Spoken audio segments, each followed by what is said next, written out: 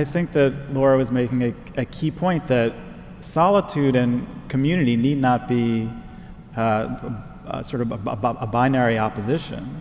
In fact, if you use your solitude well, if you use it for self-reflection and to connect more deeply to a certain spiritual element, or to notice, to get a stronger feel for what you want to live by, then when you return, or then when you are in connection with other people, you have something to steer by, other than just the herd.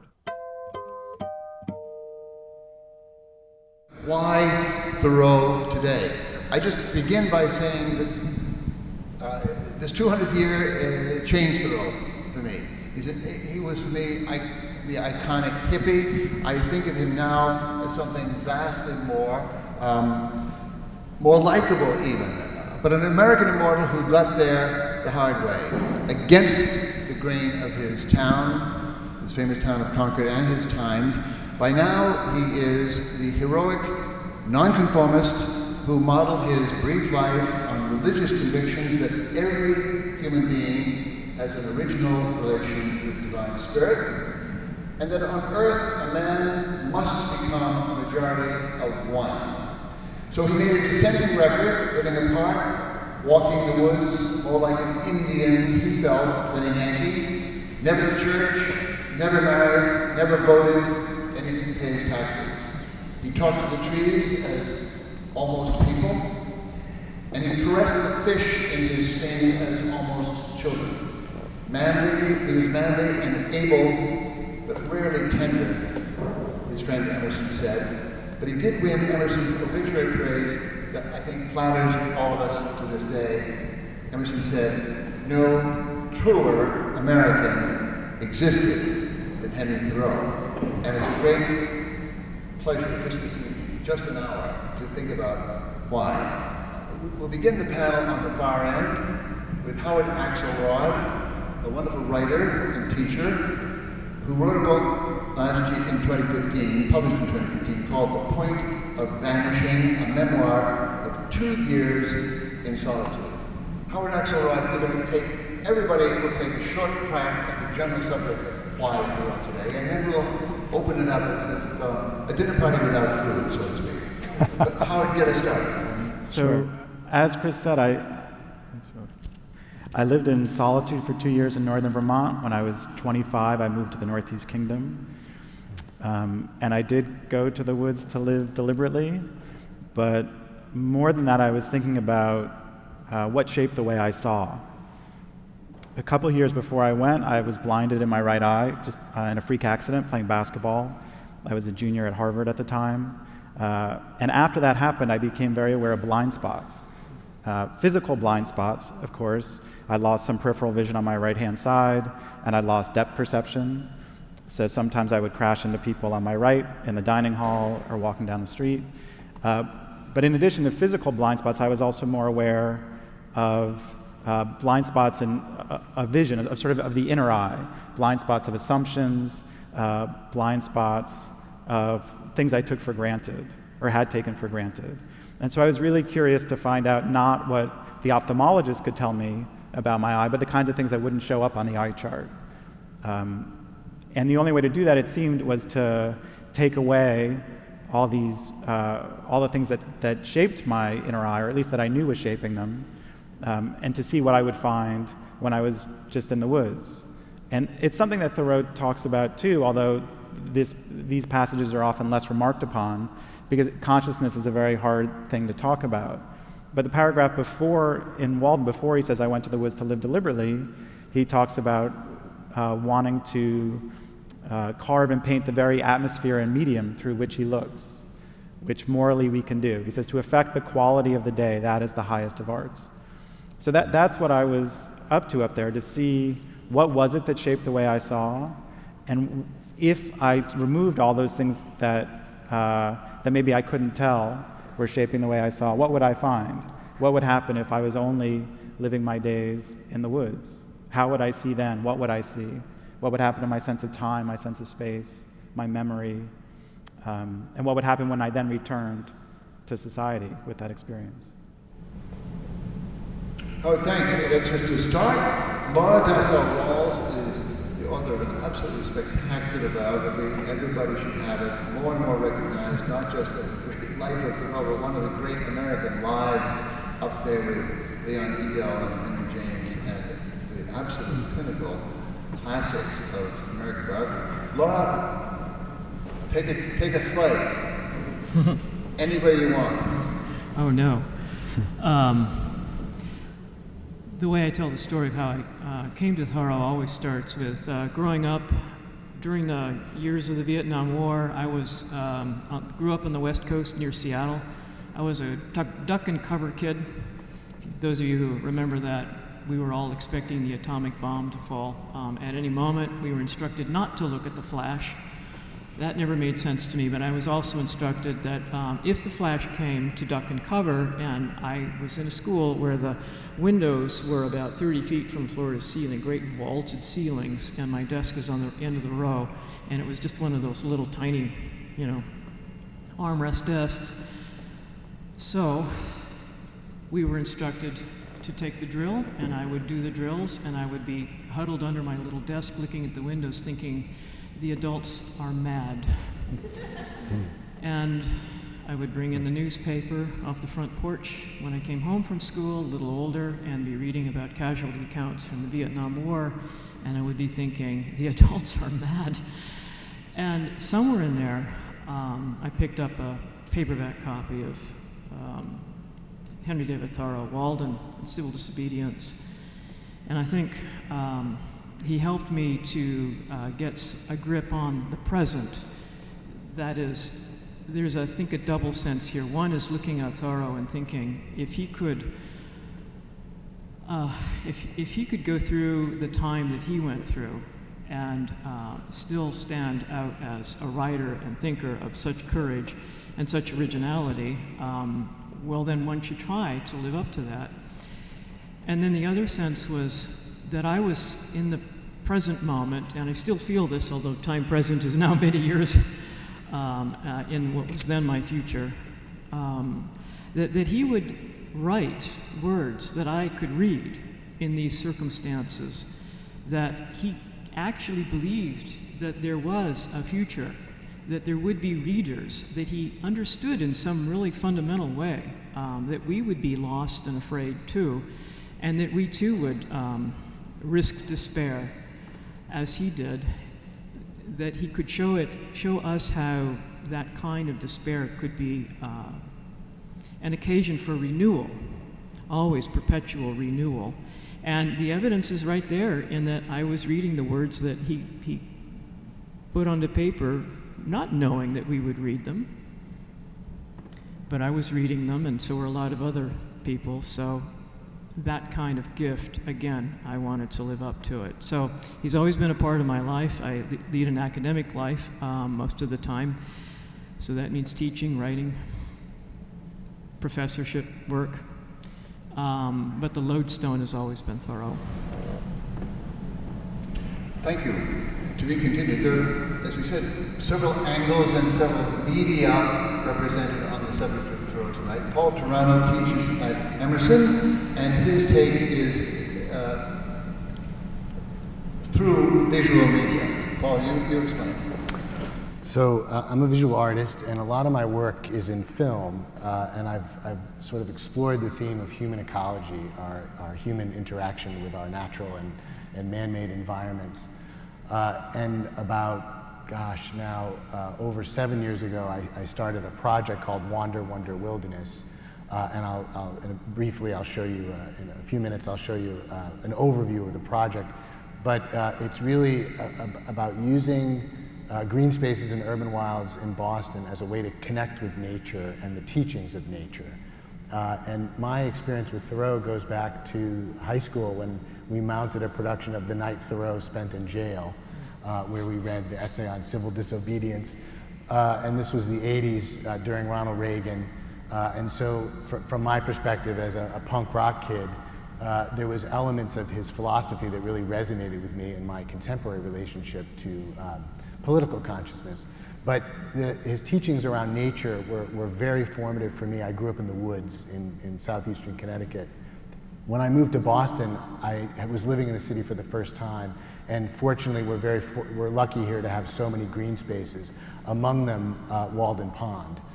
So it was a real pilgrimage for me to go there and re-explore some of those really formative philosophies. But I don't want to go on too much because I have a 4-minute clip that's basically an overview of the project, which explains the whole interactive documentary approach, which includes an essay film, a mobile phone application, and an interactive website. So Kelsey, if you could cue that up. Wander Wonder Wilderness is a new media participatory art project that explores the urban wilds and public parks of Greater Boston, offering an antidote to our denatured lives. The mission of this project aligns with those of our community partners to encourage people to visit the parks and urban wilds of the city and immerse themselves in our diverse outcroppings of nature. The interactive components provide creative tools and a catalyst for integrating green spaces into participants' weekly routines. By allowing users to chronicle and share these experiences with the community, the project explores what contact with nature can provide and inspire. Wander Wonder Wilderness uses a multi-platform approach to content delivery and creation. A completed essay film chronicles the experiences of the filmmaker and other site visitors. The primary interactive component is a smartphone app that asks participants to conduct an activity in a green space and generate their own media with text, image, and sound. In addition, an interactive website will aggregate user content using data visualizations, maps, and timelines. In the introductory screens of the mobile app, the user will be given a brief overview of how the app works. A map locator feature will help users find green spaces nearby, information about the kinds of media a user can generate, and a quantitative meter that chronicles the user's participation. Twice a week, either a wilderness weekday or weekend wander prompt is provided that encourages a user to visit a nearby green space or a designated site. There is a green space finding feature that will allow users to locate a nearby green space or the site that the prompt asks them to visit. Responses can be created with sound, text, or image, depending on user preference. Once a user has made some content, they can see a log of their responses with the date and location where the media was created. The images and sounds and texts that users create will be accessible in their personal gallery, and the users have the option of captioning the media to provide more nuanced information or context. A tree meter responds by flourishing in response to greater and more frequent participation, or by losing leaves with less frequent use. The project website will function as a collective gallery for the community. One example is an interactive map that will display media that participants have made in the locations where it was created. The responses we collect from user experiences in the field could be adapted to a series of visualizations showcased on the project website and driven by user input, reinforcing the idea of stewardship and personal growth connected to green space activity and creative expression.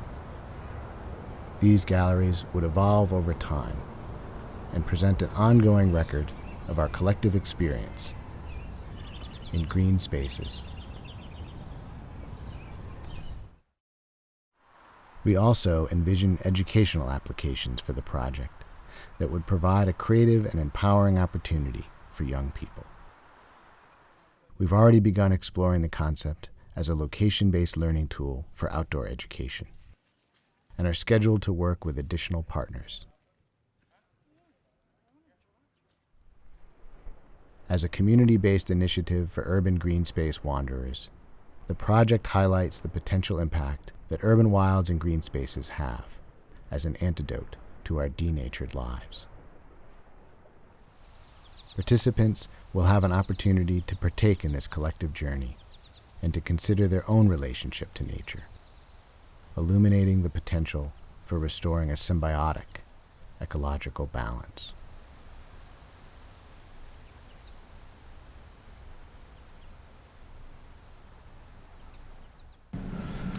Thank you, Paul. Sure. Fred Small is a Unitarian minister, the Minister for Climate Justice at the Venerable Arlington Street Church, and to my mind, it's a very important Thoreau impulse to be activist in one's spiritual understanding and to be spiritual in one's activist understanding. Why Thoreau today, Fred? Unitarian Universalists have an unfortunate habit of lifting up as our Unitarian forebears Unitarians who were in fact marginalized and sometimes ostracized by the Unitarian establishment. In Thoreau's case, it was more, I think, uninterest on his part. He resigned from First Parish in Concord at the ripe old age of 23. But I'm still honored and delighted to lift him up as a Unitarian forebear.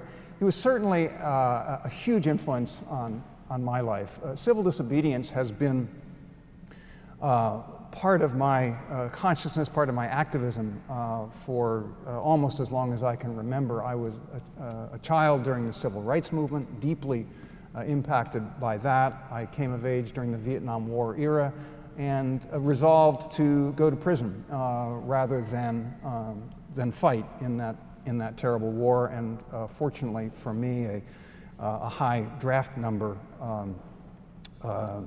excused me from that decision, and that was good enough for me. I have been arrested 3 times in civil disobedience for climate justice. And also, before marriage equality became the law of Massachusetts and ultimately of the United States, as a pastor, I made the decision to decline to sign marriage licenses. I would perform the religious ceremony for same-sex couples as for heterosexual couples, but I would not sign the license for heterosexual couples until that same right and privilege was extended to same-sex couples. And my logic was Thoreauvian in that I just felt that at that moment I became an agent of the state, and my conscience could not abide enforcing that discrimination that I disagreed with.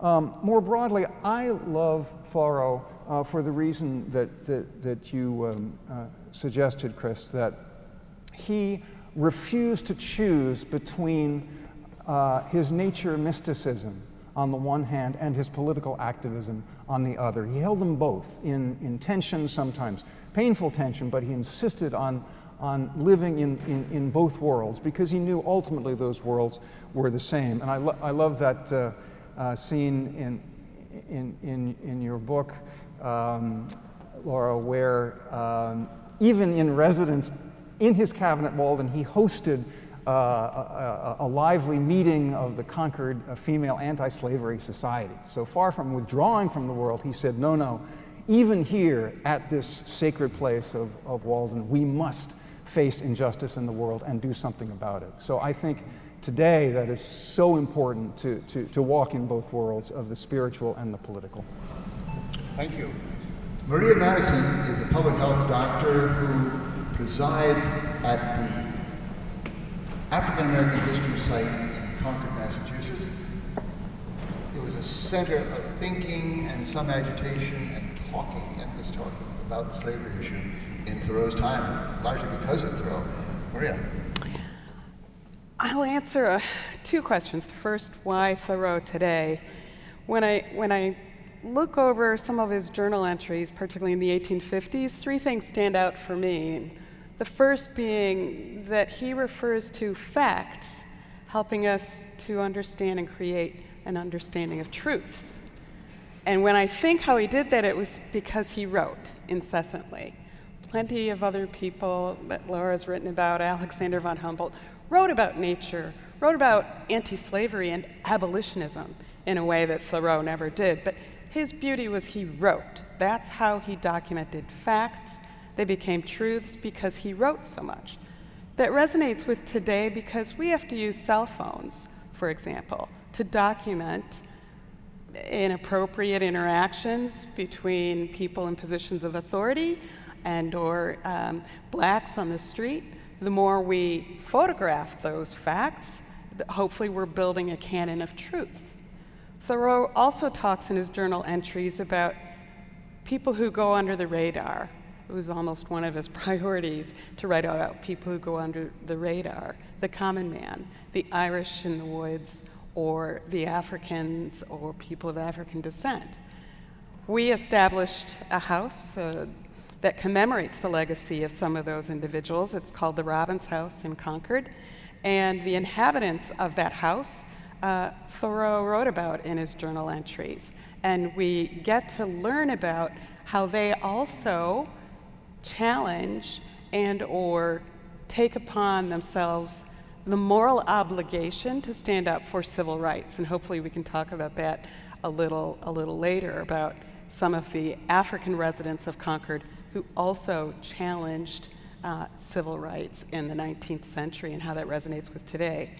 And even more so, Thoreau, of course, writes about his experiences related to civil disobedience and paying poll tax. And his experiences, particularly with civil disobedience, demonstrate something powerfully resonant with today, which everyone talks about: white privilege, white superiority. And what did Thoreau do for us in that instance? Well, the more we learn about Thoreau, the more we see that he actually had privilege. He actually was a family member, very well known, if not well-established family that had relations who could pay for his bail to get him out of jail, relations who ended up paying his taxes for him, friends, Ralph Waldo Emerson, whom he could go to after his experiment living in Walden Woods was over. And so he actually demonstrates that even though you have privilege, as we all do in this room, it's what you do with that privilege that matters. So that's what I think the Robbins House represents, is understanding the complexity of Thoreau and how, if we start to look at what he's written, it helps us also to understand the struggles and the successes and the resilience also of others, such as the early African residents who overcame adversity, who fought for social justice. And I came to know Henry Thoreau and his residents today just by moving to Concord, and you can't not know Thoreau if you move to Concord. Oh, that's wonderful. I just want to mention, because you might not, a book I had never read, or an essay of Thoreau's I'd never read until this year, and incredibly important in my rethinking, is Slavery in Massachusetts, which was on the occasion, months later, of the capture in Boston of a man named Anthony Burns, who was the last black fugitive slave remitted to Virginia under the Fugitive Slave Act. And after a huge, real battle between federal marshals and a mob in Boston, the point was simply, it's part of Thoreau today. I mean, we are so close to this kind of scene that could happen in any sanctuary city, of mobs fighting with federal officials over the return of people to other places. But it was an absolute decisive moment in Thoreau's life. He said, "I feel I have lost my country." And he wrote exquisitely about the whole thing. Anyway, that's just a little plug for that book. So much else to tell. He had a part in the Underground Railroad. He was a friend of Frederick Douglass's. He once substituted, at the Tremont Temple for Frederick Douglass when Frederick Douglass was detained someplace else. Anyway, it's a big, big part of the Thoreau story. Back to the very simple question, why Thoreau today? I just want to say, to keep it very blunt and personal maybe, my old image of Thoreau in my old thinking was a subject, he provoked despair. He embodied the wilderness that was gone, the Concord that was gone, the American of this guy. Thoreau today is to me a figure not exactly of hope, but a tremendous example of how to confront adversity and difficulty. He never gave up. Not only he never gave up, but it was much more important, it shaped his whole personality. He was not a hermit. He was never. He wasn't as far as you were, Howard, from civilization. He was in constant conversation with it. And moreover, I'd love to toss it to you, Laura.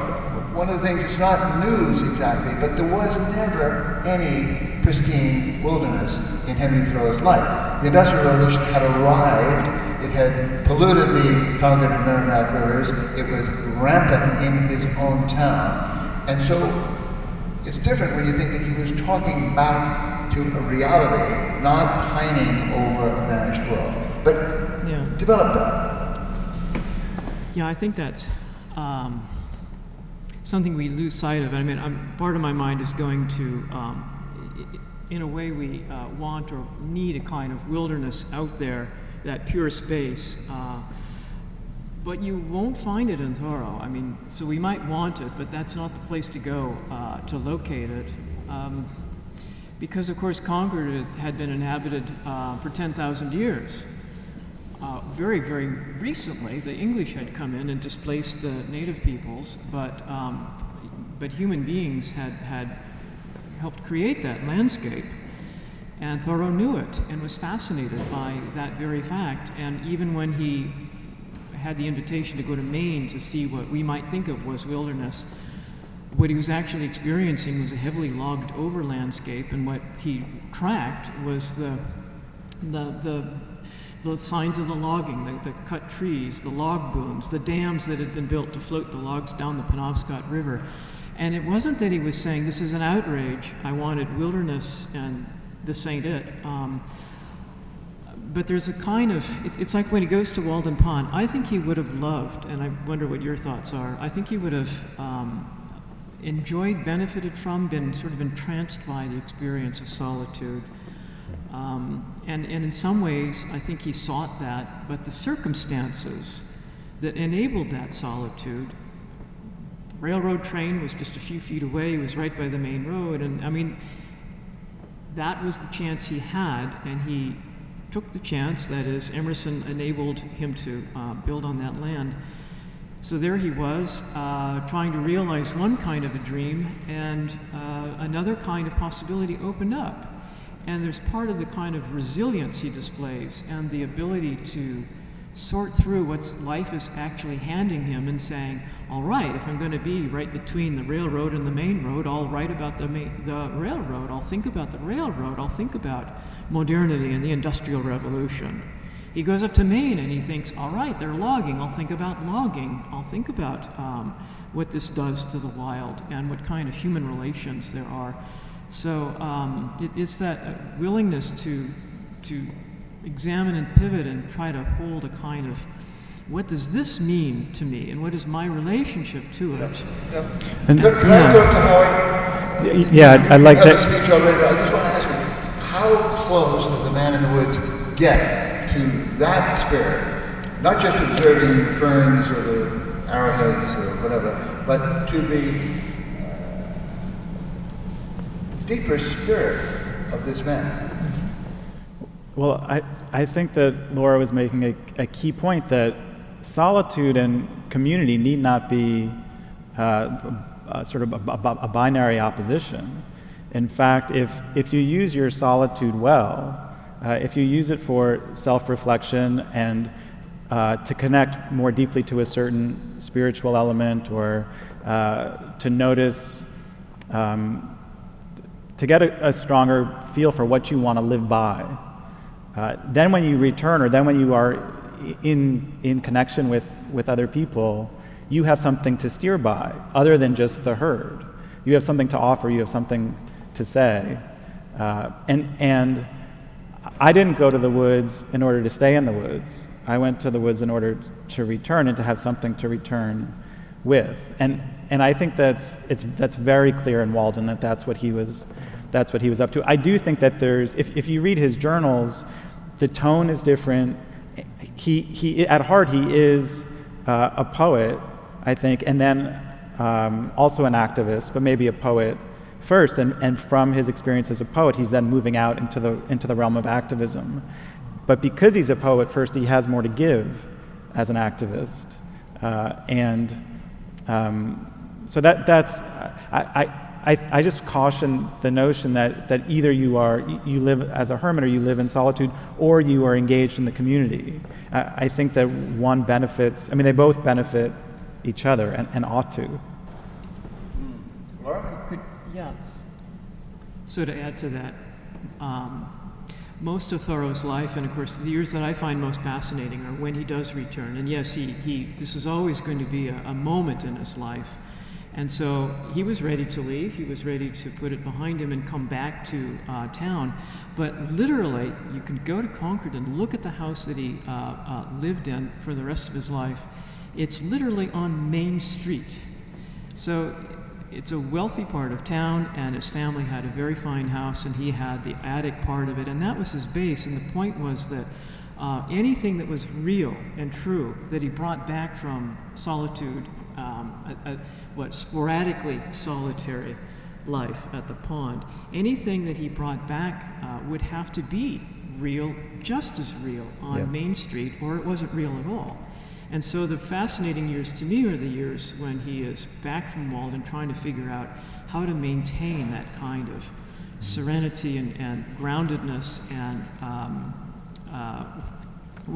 courage when he's literally in the midst of town. So, yeah.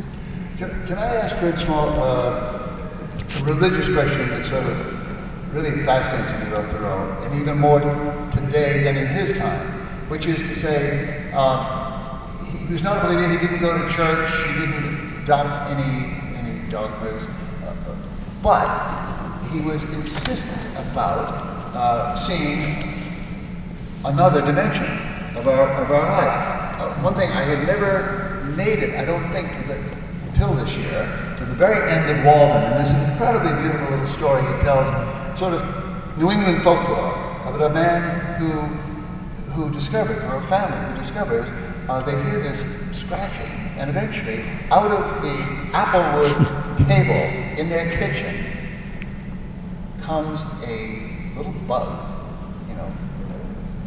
Imagine any bug you want, but that was dropped as a seed, in effect, into an apple blossom or an apple tree, 75 years earlier, and it's finally worked its way out into the open.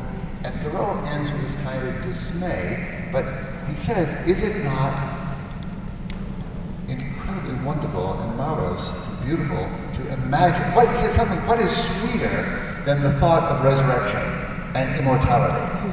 And again, he doesn't cite it scripturally or say, I believe in this, or my church does, or whatever. But he's not just teasing us either. He's saying, look, we remain deeply religious people, even today in a very unreligious age. And God knows we've adopted many, many false gods that are much sillier than anything we were ever taught in church. So, in other words, he rides that total delicious contradiction between belief and unbelief, with an emphasis on awe, and not just spirituality, but a kind of reality of that other world that we don't see.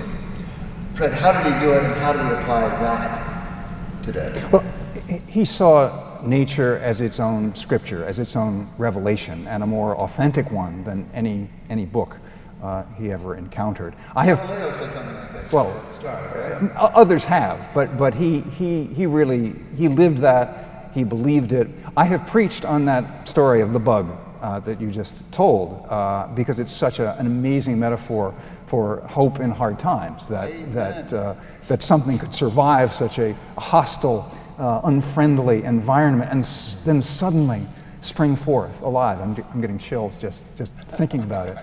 I mean, Thoreau, although he largely avoided the church and unlike Emerson was never ordained, he was a passionate preacher of a vital gospel of engagement, of unmediated relation with the divine in nature. I love that quote from when he was a child, and his mother asked him why he wasn't sleeping, and he said, "Mother, I've been looking through the stars to see if I couldn't see God behind them." And I don't know how old he was, but he was a small child at that time. It's a beautiful thing. Another, Laura brought to my attention this review he wrote, Paradise to Be Regained, which is a devastating critique, well before its time, of geoengineering, which I commend to you. But I was so intrigued by it that I tracked down the full text, and the last bit of it where he winds up, he says, okay, we could maybe geoengineer the Earth. Perhaps the technology is there. He's very skeptical of it. But then he says, but what's the point? A moral reform must take place first in each of our hearts. And then he winds up by saying, how many horsepower has the force of love? Love is the wind, the tide, the waves, the sunshine. Its power is incalculable. It can make a paradise within which will dispense, make a paradise within which will dispense with a paradise without. But the power of love has been but meanly and sparingly applied as yet. That'll preach. So I was, I continue to be inspired. Maria, I'd like you to come back to this white privilege thing, because he was privileged, not rich or aristocratic exactly, but a prosperous middle-class pencil manufacturing family. He did have a Harvard degree after all. He knew Ralph Waldo Emerson, the ultimate connection. And yet he didn't inhale it. He really didn't. And he easily, he would be accused now of maybe cultural appropriation, but he really loved to think of himself as a Native American. And he was absolutely clear on the John Brown question of the necessity of rebelling against servitude. So, again, that's an example. He's an example to a lot of, wannabe, decent white people who have privilege and want to know what to do with it. Yeah, I guess, he's a complicated individual. And with each story we remember of him, there's two sides to it.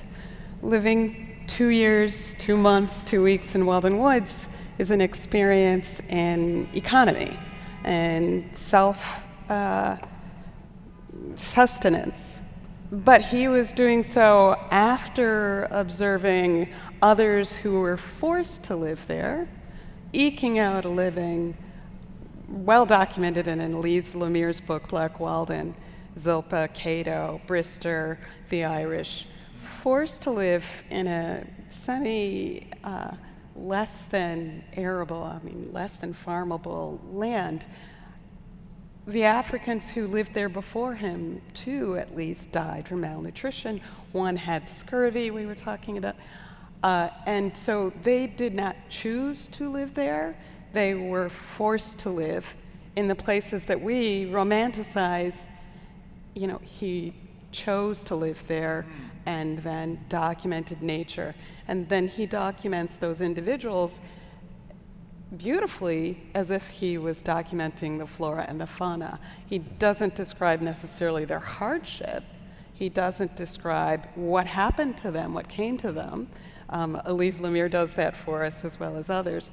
And then he has the choice of leaving when he needs to get his laundry done or when he needs a warm meal. But that said, we've come to know so many extraordinary stories across Irish, Native American, African inhabitants, the anti-slavery movement in Concord, many of the fugitive slaves that his family helped through, like Shadrach Minkins, through Concord. So he's a complex individual, and his family was equally extraordinary, particularly the women in his life, his sisters, his mother, very active in the anti-slavery and abolitionist movement. The challenge, again, is that he, along with his mentor, Emerson, and others, were anti-slavery activists, but they weren't for equality.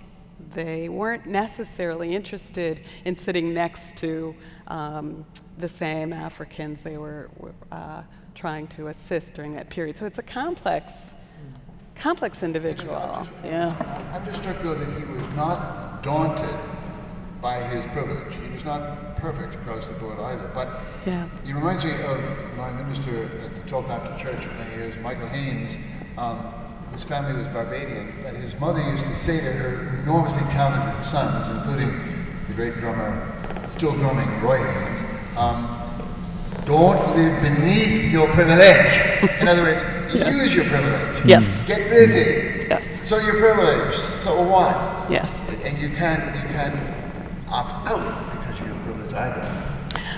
I completely agree. I think, one of the greatest things that Thoreau brings to us, I like to think Colin Kaepernick is an example, or to get the coaches and the owners of the, the NFL and the NBA and all of those. Exactly. He did not wait for a movement or for a crowd. He said, I'm not going. Take the damn title away. Exactly. So, he has set an example for his contemporaries all the way up until today. Others have been doing civil disobedience for centuries before Thoreau, but he wrote about it and he brings people together to talk about it, including the slave revolts from, the 16th century all the way up until Black Lives Matter movement today. Those movements are happening, but Henry David Thoreau shows us that people who have privilege can use their privilege to assist others in fighting against injustice. Paul Turano, you've got a lot of time on the air, but not enough in the discussion. Well, first of all, it's just wonderful to get all of this information and to find so many multifaceted components of his personality. And when I think about my interfaces, not as a scholar, but as an artist, I bring into it a kind of cultural metaphor of a kind of performance artist who's thinking about a certain ideological behavior that informs performative acts. So this sense of this dichotomy between someone who's coming from privilege and someone who's not really investing himself in the exact lifestyle of the people he's being influenced by. These are art acts. And I find his writing as a poet completely compelling. And I think it's that artistic, poetic sensibility that allowed him to think about the world on a such removed, complex level. It almost like separate from the more pedestrian experiences and thinking about it through multiple lenses. And so I want to bridge that metaphor in terms of his actions to this idea of an artistic practice that then has a historicity to it. It lives beyond his lifetime. Yeah. His idea of documenting his performative acts so that we would be the welcome recipients of these texts. Because the impact in his immediate environment within his circle was tremendous, but there was a period where he sort of fell out of any kind of awareness of the popular culture. So it's like a time capsule. And when we open it up into today, and this was my experience of revisiting some of these texts when I was making the film, the experience of living at Walden and hearing the train tracks, that he's at this intersection of modernity and nature, and the ecology that he's experiencing is embodied by both the human impact on the environment as well as a natural impact, and that kind of conflict that those two things experienced. And these are the conditions we live in today. Right. So I just think there's something really timeless about his spiritual engagement with the natural world that then informed his understanding of an ideological or political action. That's like a really great combination. Laura Rose, will you just report back from its months now that you've been traveling this country with this book? Where is Thoreau in our American culture, in our cast of characters, in our sense of ourselves as a country today, do you think? Well, I think it might be changing. I mean, that's, of course, what I hoped to see when I wrote the book. And of course, if it's changing, that would be fine, because one of the things that's interesting is you look back through time, and there have been many shifts in what Thoreau was in American culture across time. So earlier, after his life was over, but he was still very much, his writing was still out. It became nature writing, so it became a kind of rather segmented into a kind of pretty or fine writing that still must have inspired many people to sort of open their minds, open their hearts, stepping out of the urban environments, or even into urban environments that have a sort of green space. But the political works didn't come into recognition in the United States until they were discovered in England and then brought back. And so then you get a more political Thoreau, and so on it goes. It's like every generation has reimagined Thoreau to the needs and what it is that he can bring to that generation and time. So I think, like I say, there seems to have been a time that I hope is now moving into the past, when the Thoreau that dominated American culture could be known as a misanthrope, could be known as a hermit. Perhaps we needed that cultural formation for, I won't speculate why, but again, to look at the actual Thoreau's life and the actual historical record and realize how deeply he was part of the community, how every act that he took was visible to other people in ways that he tried to make meaningful and connective. And you know, if he wasn't out there in a sense, in that performative sense, which sometimes was literal, like when he would walk around playing the flute and allowing the flute notes to just sort of waft through the air into the town. Some of it, of course, was private time, and it was writerly time, trying to do that kind of interior, that deep interior work that he knew was the creative spring for that. But even then, demonstrating to others that that kind of performance was essential to being human in the world. So, yeah. I just wonder if anyone else has a sort of concluding thought, but I'm trying to generalize, I wonder if you can generalize my own experience. That I used to think of going back to Thoreau's time. Now I'm only interested in bringing Thoreau's energy, his spirituality, his individuality, his outspokenness, his writing genius into our world. And so it seems to me, you know, our natural systems are collapsing. Our economy is on the brink of collapsing. Our social confidence, our political order is on the brink of collapsing. What can we imagine would be an embodiment of his resolutely, I mean, it's, again, much more Muhammad Ali in our world, or Kaepernick, or the spirit of those, you know, take a knee football stars, to say, wait a sec,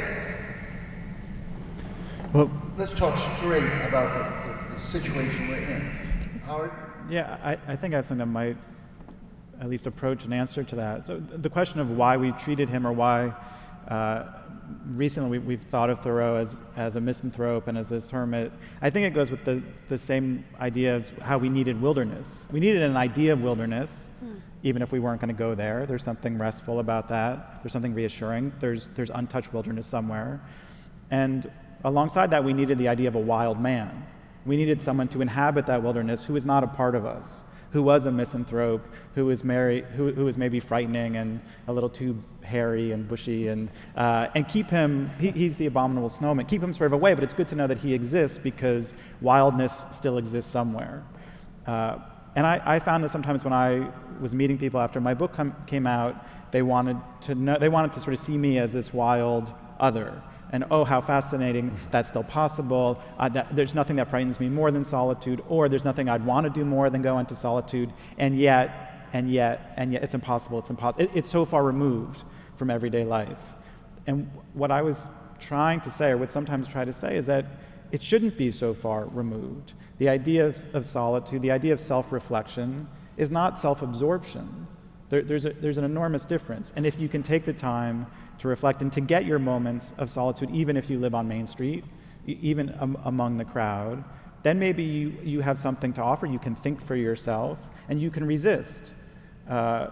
You can demonstrate. You can occupy. You can have civil disobedience. You can read the newspaper and read between the lines of the newspaper and know that it is important to get back to facts, and important to get back to conversation that is itself civil, and important then to move on those conversations and those kinds of acts. So that I think is crucial, and without having that ability to think for ourselves and to see the world for ourselves rather than just through the lens that's provided for us, especially through the media, it becomes very hard to act.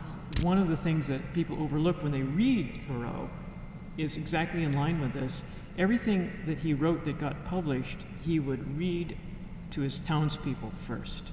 In other words, the interaction, it wasn't just a private writing to himself, but the interaction, the face-to-face, the responses from actual people, the kinds of conversations that he loved to engage in. That's the part that we lost when we lost him, of course. But recalling that. He wrote in solitude. Yes, who doesn't? But you write out there to reach people, and he wanted to see their faces as he spoke to them, and he wanted them to speak back. Fred, last word. Maria? After you. Go. Oh, You go first. yeah. I was recalling how often Thoreau has been misquoted to say, in wilderness is the preservation of the world, instead of in wildness is the preservation of the world. And I think that what he had in mind by wildness was not just wild nature, but the wildness in each of us, and what we can now sometimes, and do sometimes now, call resistance. To be the, and I was looking for the quote, and maybe Laura you can supply it, but to be the friction against the machine, to stop the machine of empire, of oppression, of exploitation, and to be the sand in those grinding gears until they come to a halt and we have a just society. Maria? Yeah, when people come to the Robbins house, I point to Thoreau's journal entries on the wall, and I say the most important thing that they can do is to write, because not just in terms of moral obligation and documenting civil activity, but also he documented what we're using now to understand global warming and climate change. And the more everyone takes a part in writing and writing and writing and documenting, the more we contribute to a better understanding, both figuratively and spiritually, to where we are as a culture and as a global community. Well said, Maria, Fred, Paul, Laura, Howard. Thank you all, and thanks for a wonderfully attentive audience. Thank you. It's a wonderful discussion. I don't know quite what to make of it, but I guess when Maria was talking about privilege and was thinking about nature and the sort of machines and nature, I just had this flashback to walking a number of times, I guess, around the bridge from the North End to Charlestown or in the Fort Point Channel, and seeing homeless people who had chosen, I guess, to find areas that were in those little patches of green at the bridge abutments. And I guess I was just thinking about how it was sort of like they're so close and yet so far, in the sense of, and it's a form of civil disobedience, I guess, because they're not supposed to be there, but this is a safe or unsafe place to be, sort of apart but near. It's sort of, I don't know, as I said, I don't know what to make of it, but just an impression. Well, I'm going to just point of clarification was I couldn't, that mic is hard for me to understand. Is there a particular place of kind of, is this like the civil body politic being resistant by showing up, by being physically present in a place that they reclaim for the public? Is that what I'm hearing? Yeah, maybe. I don't know, I guess it was just, what's the place, trying to get into, I suppose, their head. Someone who has, I don't want to say by choice, but ended up in this location. That I guess what I didn't say was, in some ways, I wonder if there's a sort of romantic, I wouldn't want to necessarily trade places, but in some ways it seems like there's a certain freedom, those people being there in that little patch of green at an edge of a bridge, so. Well, I mean, I'm intrigued by this idea of how that exchange of looks, what's going on in that dynamic in terms of how they're seeing you and how you're seeing them. And this idea of your, I guess you're describing a kind of envy, that they're not contained by the structures of responsibility that you are encountering. But yet you understand that these people are destitute and probably not by choice. And so a certain amount of guilt comes into play in your reading of this. But I mean, maybe it's equivalent to this idea of casting him as Thoreau as the wild man, that there's a sense of him living outside of the structures of society that has this kind of romantic, idealized appeal, even though we're disclosing the fact that he was very integrated into the society that was around Walden. But the more we encounter difference, where our circumstances are being questioned, there's a sense of reflection that you're doing that's very Thoreauvian, right? You're not just ignoring it, you're actually thinking of it through multiple lenses. So I'm really resonating with our concluding comments about it all happens here, like the opportunity to reflect as a conscious human being about what's going on around us and our impact on the world is where change occurs. And this was something that I took from Thoreau, that if I'm a person of conscience, my actions are measured by a kind of principled or ethical or ideological understanding. And that's not necessarily in keeping with what the laws are that are handed down to me. So you're maybe doing that on a socioeconomic level. You're questioning the dynamics of that interaction. Just to add, I think that, so now I heard more of what you were asking. The section that Maria was speaking of, where Thoreau he's out at what was essentially a rural slum in Walden, and he sees himself as one of those, living the life of one of those people, even though he knows that he's privileged. But there's a real kind of, in that exchange of gazes, they're past, it's like he's inhabiting a world he's sharing with ghosts. But he's looking at them, looking back at him, and then looking forward at us and thinking, are you so sure that you are not, in some sense, at some point, going to need the skills of these people? Will you always be so safe? Will you always be so comfortable? What bought you your comfort? What about the refugees? What about the immigrants? Are you so sure that your privilege is permanent? And if you're not, you should be paying attention to these people, because they are us and we are also them. And that's that strange exchange of glances. I know what you mean. Yeah. There's such a difference, obviously, between voluntary poverty and involuntary poverty. And I have been voluntarily poor in my life, but I have never been involuntarily poor.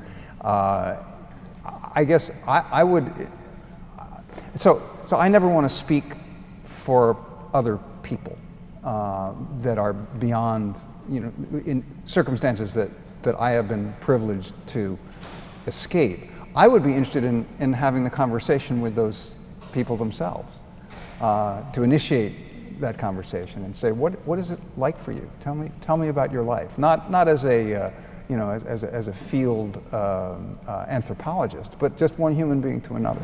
I just want to give Laura credit again for doing a lot of that reporting on the people who were actually there and finding out their names and their experiences and what became of them. It's not the least of the wonders you've done in that book. Thank you. And the conversation back, of course, the one time that we have that conversation, it's a disaster. That's John Field.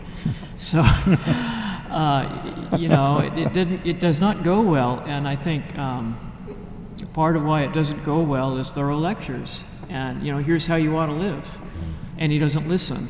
And I wouldn't say Thoreau is perfect. He does the same thing to Joe Polis, the Native American elder that he spends time with, but he's learning to listen. And this is why I wouldn't say that he understands. We're still struggling today to understand these issues, this strange gap between people that opens up for racial or economic or gender reasons. But that effort to at least listen and in a number of times stage himself as trying to have the conversation, and frustrated that somehow it's not resulting in the kind of springboard to faith that he wants it to become. And I know that frustration too, so I'm a little reluctant to come down too hard on him for not being a better listener, when I think I wish we were as well. Thank you. I've got somebody over here. I'm just changing up. I'm just going to come around with the mic. It seems to work better right now. Thank you so much for everybody being here. This is awesome. I was wondering if you would be able to talk a little bit about Thoreau's relationship with, and you probably figured I was going to ask this, about John Brown. Mr. Lydon touched on it briefly, but of course Thoreau was very vocal about his support of the raid on Harper's Ferry. A lot of people have a hard time jibing that with the idea that he was Mr. Passive Resistance. So I wonder if you could maybe discuss that a little bit to kind of clarify, probably from a spiritual point of view, and also maybe from an abolitionist point of view. Yeah, and who wants to start? First. Josh, okay. Yeah, John Brown was, that's a moment when Thoreau has to confront the structural violence of America of his time and realize that in a real way the time for nonviolence had, he thought, passed, and began to really imagine that the only proper response to defending what he called the 4 millions of slaves would have to involve violence, and that John Brown had staged that in a way that confronted America with the choice of either condemning John Brown and therefore essentially approving of slavery in a kind of epic for all time judgment, or acknowledging the justice of John Brown's actions, in which case the nation would be admitting the monstrosity of its own crime. So either way, there was this and Thoreau immediately realizes that this is the touchstone moment when we declare who we are as a nation and who we will be for all time. And he's there trying to put that judgment out before the world when the media was simply doing the kind of blanket condemnation. Brown is insane, he's a criminal, he's I suppose today we'd call him a terrorist, and that was the media judgment, and pretty much universal. And to have somebody who stood up before his townspeople, as I said a moment ago, and say, I think we're wrong, I think there's another way that we must look at this. I can't imagine the courage that took, but of course the idea that the notion that Thoreau put forward took hold and started to shift the public opinion so quickly suggests that there was already a deep groundwork of thinking, whether, in other words, the catalytic result of Thoreau's speeches in affirmation of John Brown. Something enabled audiences to listen and hear it as well, or Thoreau just would have been condemned as yet another madman, yet another, right? And it interests me not only that he spoke, but that, again, people listened and heard and thought and conversed, and the position, the conversation did shift. So I've always considered the plea for John Brown a really spiritual essay.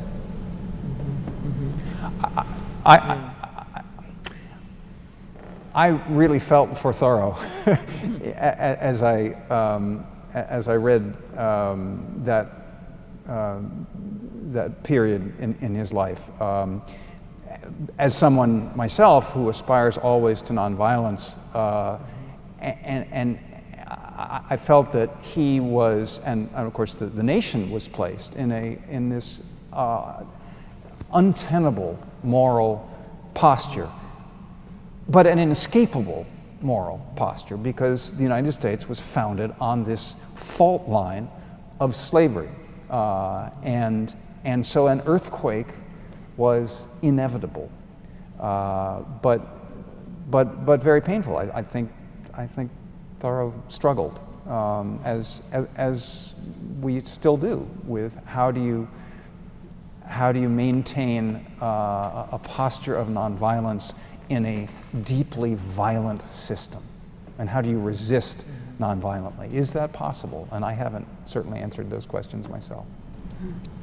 I could add one thing to that. It's the original title is Civil Disobedience, and of course it's civil disobedience, resistance to civil government. And a discussion I've had with my students, are we still a civil society? Thoreau is the John Brown moment marks for Thoreau the moment when he realizes that it's not a civil society anymore. And that is absolutely terrifying. It's even worse than slavery in Massachusetts, when he says, I realized what I had lost was a country. So fast forward 5 years to John Brown, that horrifying thought that the time for that, we've lost that agreement, that civil agreement we had, and how do we reconstitute ourselves as a civil government? So yeah. And to say, I felt I had lost my country, speaks again to his privilege, because he felt it was his country to lose. It was never the country for African Americans or Native Americans after white invasion. Well, and it's also privilege to have the time to make the decision for peace or violence. And I say that for a variety of reasons. Obviously, Gandhi had the same dilemma. King had the same dilemma. But we still have to look into the history of what was going on in Concord at that time. But I always bring it back to the Robbins house. And one of the individuals who lived in the Robbins house, Caesar Robbins' granddaughter, Ellen Garrison. She's born a couple of years after Henry David Thoreau. She is the child of a fugitive slave. Her mother was also in the Concord Female Anti-Slavery Society with Thoreau's mother and sisters. So they all knew each other. We can imagine they were all of like minds. And what we see of this black family that was, well off by comparison of the blacks living in Walden Woods, followed the Brown family. They followed the John Brown relatives or descendants who had visited Concord, who had gone either to Indiana or Kansas, and they're buried with the John Brown family in Pasadena, California. So the story is to be written, hopefully by Laura, I don't know, but that for the blacks who could move, for the blacks who could be a part of this migration from the transcendentalist New England and Concord to a quasi-transcendentalist southwestern, California, they moved together, almost as if to say, we have to be a part of this movement. We can't be pacifists or, stable in one place. We're going to find our utopia, our peace, our agency and independence by traveling with a family who's considered to be terrorists. And I think for them, it wasn't a choice, it was a necessity. And often for Thoreau, these are choices he's making, which are good ones. He's using his privilege to help create civil society. But for others, they're forced to do so. They're forced to make harder choices.